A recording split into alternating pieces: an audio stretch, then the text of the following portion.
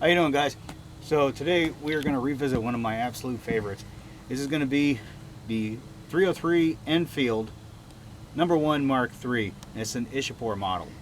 Now, first thing comes to mind isn't it Enfield English? Well, you got to understand at the time just how massive the British Empire was. They ruled basically the entire world, well, most of the world anyway, thanks to their navy from the 1700s all the way through the probably mid 20th century. So they would have colonies everywhere. So for such a small island nation, they had colonies in South Africa, Northern Africa, the Middle East. They had them in India. They had them everywhere. And a lot of them went on the surplus market, or they had to arm their local populations, their militias, or whoever they had standing in. So the Ishapore is from India, and most of the Ishapores are not in particularly great shape. Mine is in beautiful shape. So it's got the original proof markings on it and everything like that. It's not an English Enfield. Remember, it's an Indian Enfield, but it shoots just as good. So let's talk about a couple of the features of this thing that we might not have touched on with the original video. So obviously, as you can see, she's a bolt action rifle. But what sets this one apart is it's a cock on close, which really accounts for the Enfield's speed. It's one of the, at the time, it was one of the fastest bolt action rifles out there. Made famous was the Mad Minute that they did. You'll probably see those all over the place, but essentially is you got 1 minute and you got to shoot at, I think it was 300 yards into a pie plate with as many shots as you can. I think the record was 60 shots or something without looking at it, but it was pretty crazy. They're super fast rifles. Now, as you can see there, it's got a magazine in there, but that's not a magazine as you would traditionally think, that you would just remove it to load it. No, this is actually supposed to stay in place, and it only removes by pressing in on this little guy right here for you to clean it. And that's the only purpose for removing that magazine at the time. Otherwise, you were loading her up with 5-round stripper clips. Now these magazines hold 10, so you could fit 2 of these stripper clips in there, and we'll see that a little bit in the video. And then all you do is close her up, and you can see it cocked on close right there. So it's got a slider type rear sight on there, and then the front sight is like a drift style that's protected by these ears up front. Now the original No1 Mk3s, they had a rear adjustment on there, but as World War I progressed, they started stripping parts off it. So the long range sights that used to be on the side, those are gone. The left and right windage adjustment on the rear sight, that's gone. And then you'll still notice that there's a cutout on the side for, it was the magazine cutoff. And what they would do was for volley fire. So at the time, they still went by archaic logic. That they would have them shoot single shots on command, and then they would just place one in at a time, you know, with that magazine cutoff on, and then on command they would fire their volleys.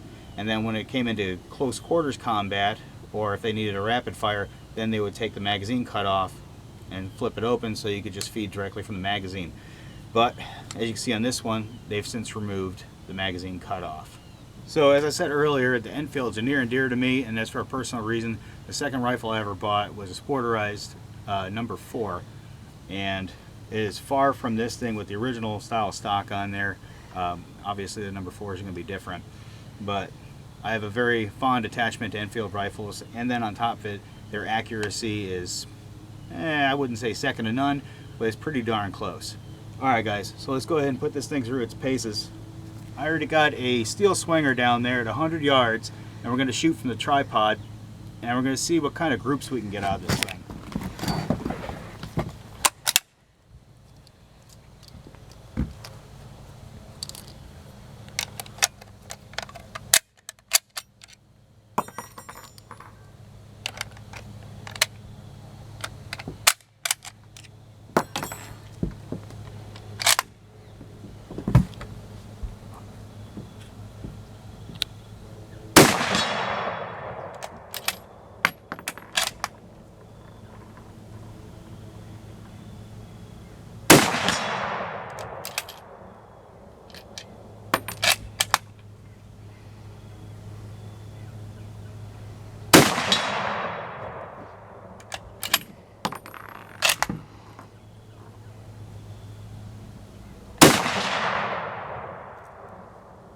It is hammering the crap out of that gong.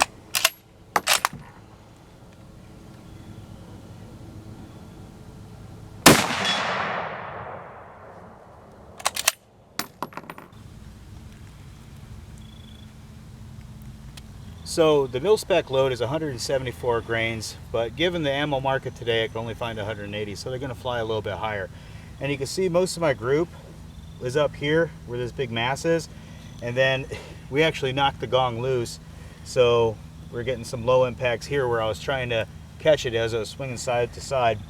But right in that area right there, with open sights at about 100 yards, I got no complaints on that. Alright guys, so just to challenge myself at about the 50-yard line, I set out 8 eggs down there. Now, got a camera running down there, and just so we can get an extra dynamic view, we're going to pop the GoPro on my head. It's going to look goofy, but that's okay. That gives you guys a first-person look of what I'm looking at down there. So, I'm going to have a total of 10 shots to get 8 eggs. So, very little margin of error here.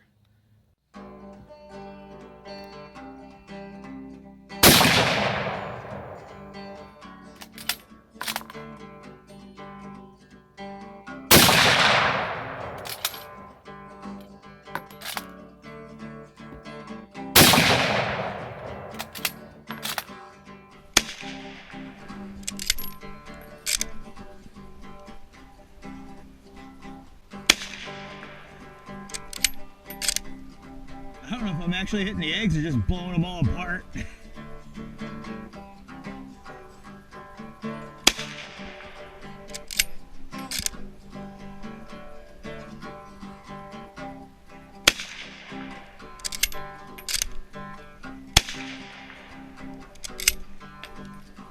Let's see how we did.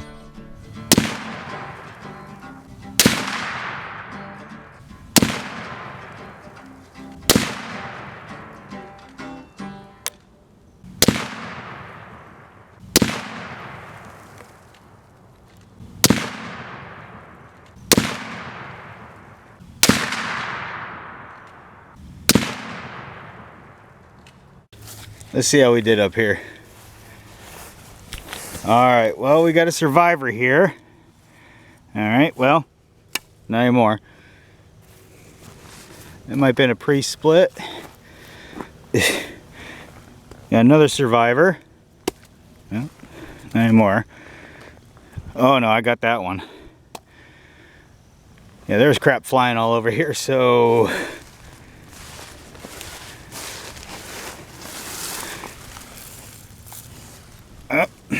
There's a survivor, so what, 3 survivors? All the rest are gone. So, I think I got them, huh? I think you did. Alright guys, thanks for coming out and having some fun with us.